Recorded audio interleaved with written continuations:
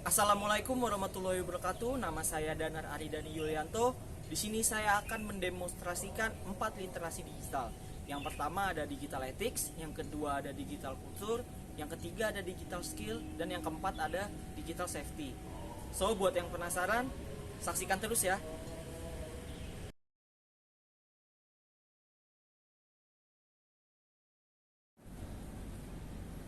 Nah, sekarang digital skills.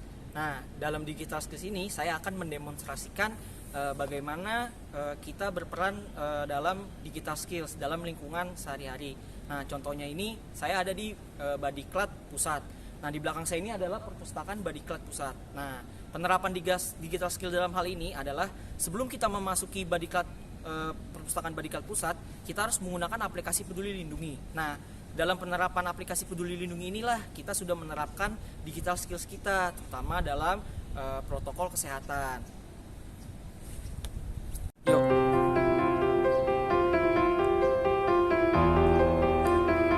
Tunggu.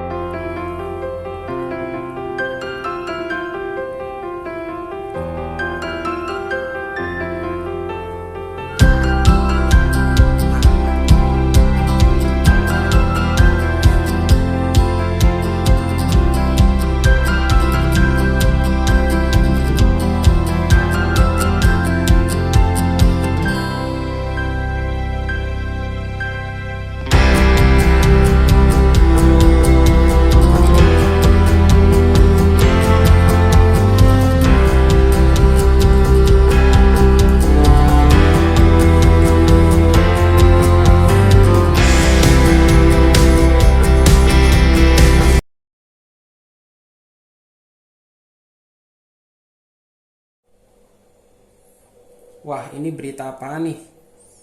Anak digorok dan ditusuk karena bangunin ibunya sahur. Wah, seru nih berita. Apaan ya? Ini bener gak sih ini? Wah, udahlah, gua post aja deh nih. Seru nih, seru.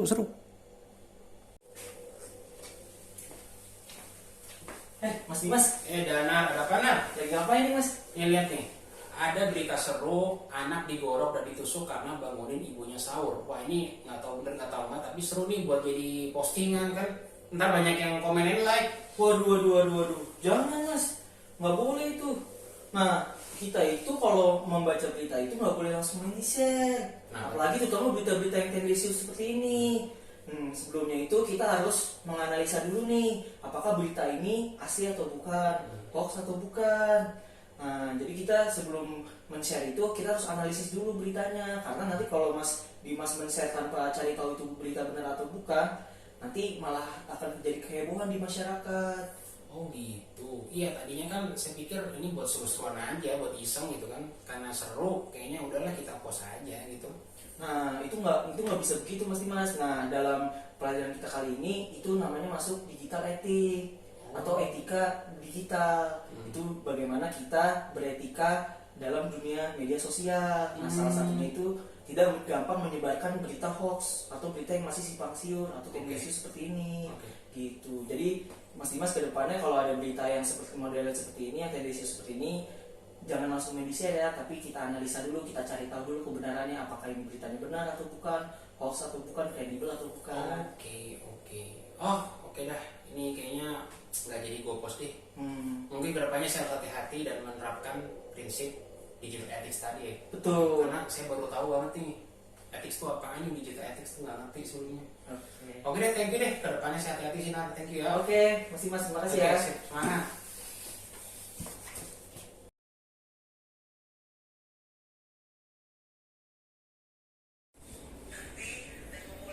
Wah, mantep nih. Undian beradi ya. Ikutin KPP gua. Foto. Tunggu dulu. Kenapa? Mas Dimas mau ngapain nih? Foto-foto KTP. Ini saya mau ikut undian beradi ya. Jadi harus upload KTP buat data-data pemenang. Jadi kalau menang nanti ditransfer ke rekening. Waduh, itu nggak boleh Mas Dimas. Jadi kita ini dalam bermasyarakat itu ada namanya pilar utama 4 literasi digital. Nah, salah satunya itu digital safety. Nah, di dalam digital safety itu kita tidak boleh sembarangan mengupload data pribadi kita ke sosial media. Gitu. Jadi sebenarnya kita tuh nggak harus aware gitu sama data pribadi kita. Kita nggak boleh sembarangan ngasih data pribadi kita ke orang lain gitu. contohnya di sosial media. Jadi itu salah satu termasuk hal yang berbahaya Mas Dimas. Jadi kalau nanti Mas Dimas upload, orang itu bisa punya data pribadi Mas Dimas. Nah, data pribadinya itu nanti bisa disalahgunakan gitu. Aduh, ya aku baru denger nih digital safety ini apa ya. Aku nggak ngerti 4 pilar itu apa. Terus digital safety itu apa. Baru inget sih, tapi udah lama banget dengernya. Udah thank you lah nih, saya nggak hitung. Saya mau cancel lah, nggak jadi upload nih. Nah, sekarang udah tahu kan? Jadi kedepannya jangan lagi ya kita mengupload data-data pribadi kita ke sosial media. Oke. Oke, Thank you Nab, udah ngingetin ya. Oke, terima kasih Mas Dimas.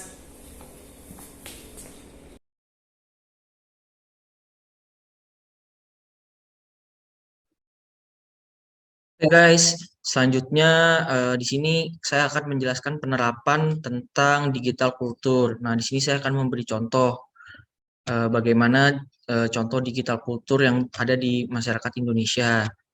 Nah, ini contohnya. Nah, jadi di sini Kemendagri luncurkan layanan berbasis metaverse untuk mencegah korupsi. Nah, selanjutnya kita lihat ya respon-respon dari netizen Indonesia. Teman-teman udah kebayang kan responnya seperti apa gitu. Nah, kita lihat nih. Nah, udah, sorry. Nah, nih, ada komentar yang pertama, pemandangan tahun 2039, terlihat seorang PNS sedang mengisi waktu luang di metaverse.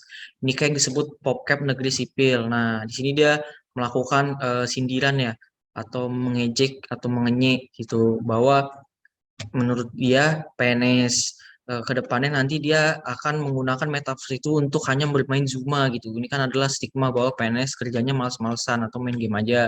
Selanjutnya, nih foto sekumpulan orang yang nggak pandai Excel tapi ngomongin metaverse sambil pakai Oculus. Tapi Oculusnya dari duit pajak, kalau pakai duit sendiri nggak bakal kebeli sama PNS yang nggak korupsi. Nah, dia di sini menyindir katanya ngapain sih PNS pakai ini metaverse gitu. Orang dia aja Excel aja nggak bisa gitu. Nah, selanjutnya ini ada ejekan atau nyinyiran lagi. Ngetik aja masih 11 jari. Ini para PNS kegayaan pakai metaverse. Nah, dia mengejek lagi. Selanjutnya ini Indonesia metaverse tapi ngurus perpanjang STNK 5 tahun. Nah, berbelit-belit seperti ini gitu. Nah, jadi ini yang disebut sebagai digital kultur, yaitu budaya digital netizen Indonesia yang suka menyinyir gitu. Padahal seharusnya kita sebagai warga negara yang baik ya, kalau ada suatu hal yang berita bagus itu kita memberikan contoh komentar yang positif gitu. Nah, itu sekian dari saya. Selanjutnya akan kita sajikan lagi. Sip. So guys, gimana tadi videonya? Sekarang teman-teman udah pada paham kan bagaimana pentingnya 4 pilar utama literasi digital, bahwa kita sebagai masyarakat Indonesia terutama ASN kita harus belajar untuk menerapkan 4 pilar utama literasi digital tersebut. So maaf bila ada kekurangan kata-kata atau ada kesalahan dari saya. Terima kasih buat teman-teman yang sudah menonton. Bila ada kesalahan saya mohon maaf. Wassalamualaikum warahmatullahi wabarakatuh.